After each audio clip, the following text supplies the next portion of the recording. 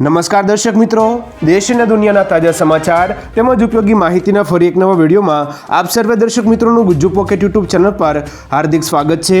આજના સૌથી પહેલા મહત્વના સમાચારમાં ચેતવણી, સુકાશે હિમાલયનો 90% ભાગ। આના વિશે વિગતથી વાત કરીએ તો ઇંગ્લેન્ડની યુનિવર્સિટી ઓફ ઈસ્ટ એંગલિયાના સંશોધકોએ તેમના સંશોધનમાં એક ચોંકાવનારો ખુલાસો કર્યો છે।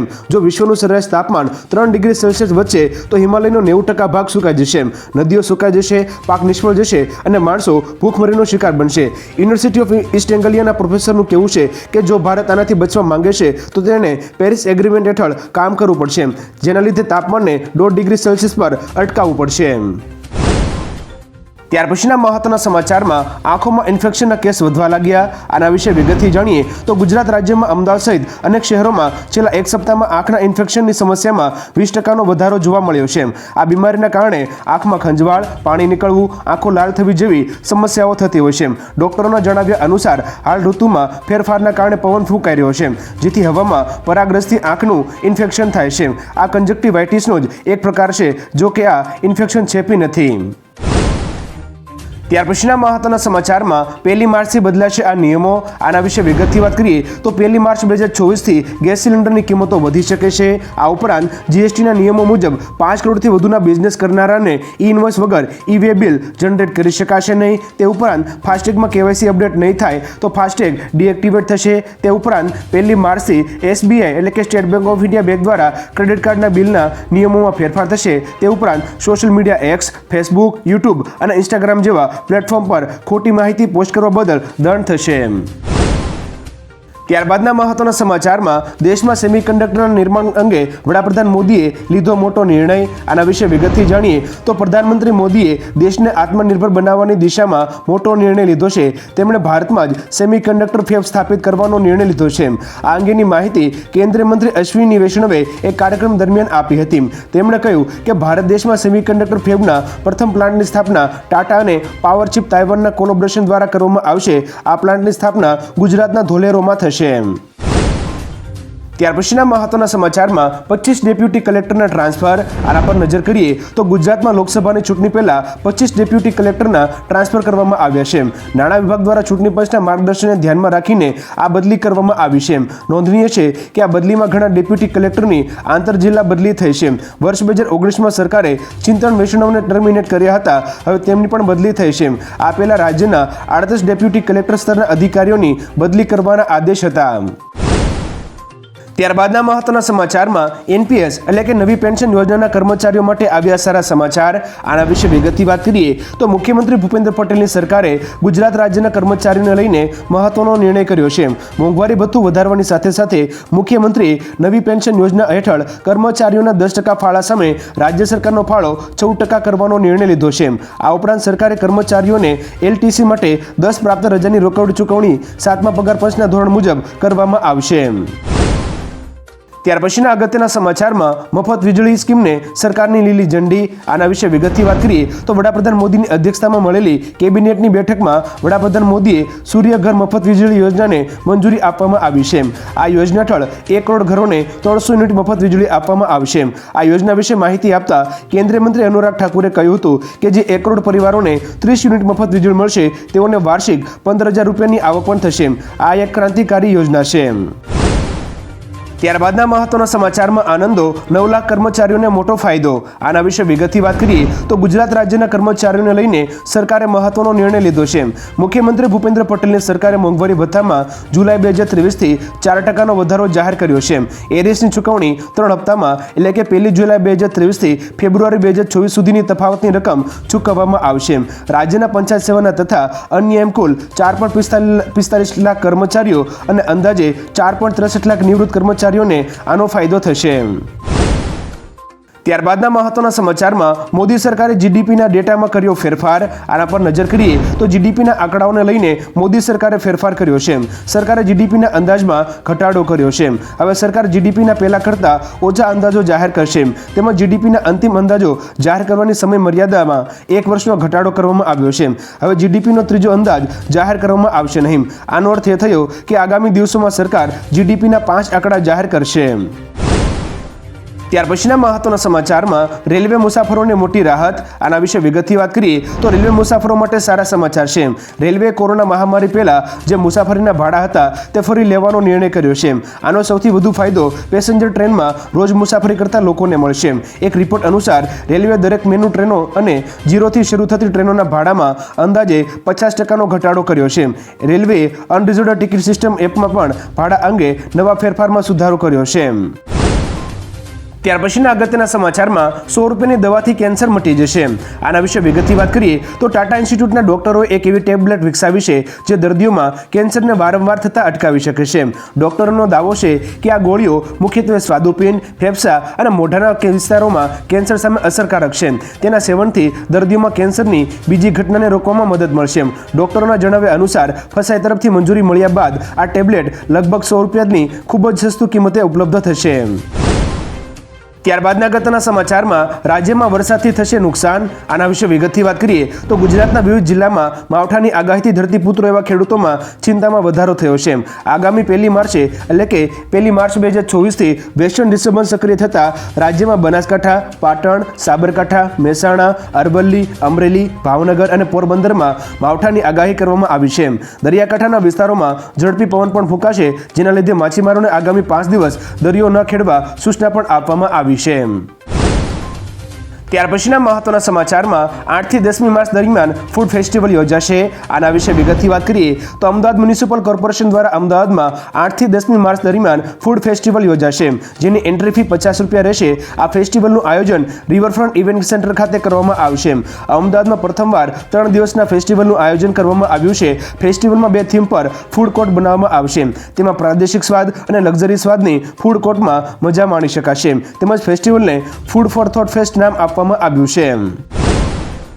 ત્યારબાદના અગત્યના સમાચારમાં આ વખતે શિવરાત્રી મેળો બનશે સ્માર્ટ. આના વિશે વિગતથી જાણીએ તો જૂનાગઢના ભવનાથમાં 5થી 8મી માર્ચ સુધી શિવરાત્રીના મેળાનું આયોજન કરવામાં આવ્યું છે. દર વર્ષે મહાવદ નોમથી 13 સુધી મેળો યોજાય છે. આ વર્ષના મેળા માટે જૂનાગઢ તંત્ર સજ્જ છે. આ મેળામાં ભક્તો માટે પહેલીવાર QR કોડની સુવિધા શરૂ કરવામાં આવી છે. કોડને સ્કેન કરતા ભક્તોને શૌચાલયથી લઈને પાર્કિંગના લોકેશન મળશે. આ સાથે આશ્રમોના લોકેશનની માહિતી પણ મળશે. આ વર્ષે મેળામાં મોટી સંખ્યામાં ભક્તો ઉમટી શકે છે. ત્યારબાદના મહત્વના સમાચારમાં સૌથી સસ્તો 5G સ્માર્ટફોન લોન્ચ થશે. આના વિશે વિગતથી વાત કરીએ તો આગામી સમયમાં ભારતમાં સૌથી સસ્તો 5G સ્માર્ટફોન લોન્ચ થશે. રિલાયન્સ જીઓ અને કોલકોમ સસ્તો 5G સ્માર્ટફોન બનાવવા માટે સાથે કામ કરી રહી છે. આગામી ટૂંક સમયમાં જીઓ ફોન કોલકોમ ચિપસેટ સાથે વર્ષના અંત સુધીમાં ભારતમાં ઉપલબ્ધ થશે. જીઓના 5G સ્માર્ટફોનની કિંમત લગભગ 10,000 રૂપિયાથી ઓછી હોઈ શકે છે. ત્યારબાદના મહત્વના સમાચારમાં એર ઇન્ડિયા પર ₹30 લાખનો દંડ. આના વિશે વિગતથી વાત કરીએ તો director general of civil aviation એટલે કે DGCએ એર ઇન્ડિયા પર ₹30 લાખ રૂપિયાનો દંડ ફટકાર્યો છે. જેમાં 12મી ફેબ્રુઆરીએ અમેરિકાથી આવેલા એક વૃદ્ધ દંપતીએ વ્હીલચેર માંગી હતી, પરંતુ કંપની આપી શકી ન હતી. લાંબુ ચાલ્યા પછી વૃદ્ધા જમીન પર પડી અને તેનું મૃત્યુ થયું હતું. આ મામલે DGCએ એર ઇન્ડિયા એરલાઇનને નોટિસ પાઠવીને જવાબ માંગ્યો હતો. કંપનીનું કહેવું છે કે એરપોર્ટ પર વ્હીલચેરની અછતને કારણે વૃદ્ધોને મદદ કરી શકાઈ ન હતી. ત્યારબાદના મહત્વના સમાચારમાં મહાનગરપાલિકામાં યોજાશે ત્રિદિવસીય મિલેટ મહોત્સવ. આના વિશે વિગતથી જાણીએ તો રાજ્યભરની મહાનગરપાલિકાઓમાં 3 દિવસના મિલેટ મહોત્સવનું આયોજન થવા જઈ રહ્યું છે.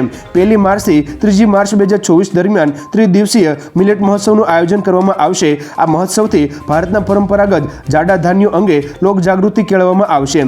જાડા ધાન્યોને પ્રોત્સાહન આપવા મિલેટ મહોત્સવનું આયોજન કૃષિ મંત્રી રાઘવજીભાઈ પટેલના નેતૃત્વ હેઠળ યોજવામાં આવશે.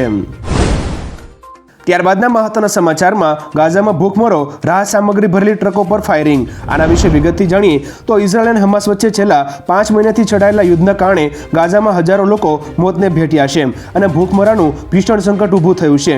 યુએનના ફૂડ એન્ડ એગ્રીકલ્ચર ઓર્ગેનાઇઝેશન તેમજ હ્યુમન રાઇટ્સ ઓફિસના અધિકારીઓના જણાવ્યા અનુસાર ગાઝામાં ઓછામાં ઓછી 25% વસ્તી એટલે કે લગભગ 5.76 લાખ લોકો ભૂખમરાનો સામનો કરી રહ્યા છે.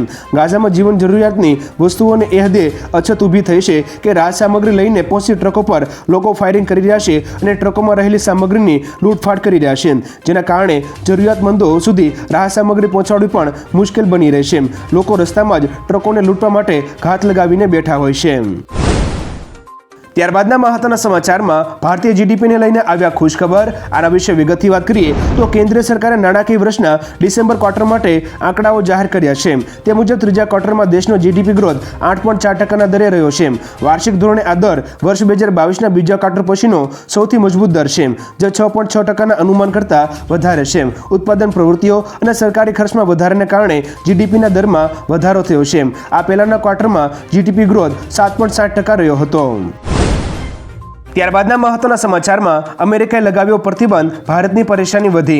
આના વિશે વિગતથી વાત કરીએ તો અમેરિકાએ રશિયા પર નવા પ્રતિબંધો લગાવ્યા છે.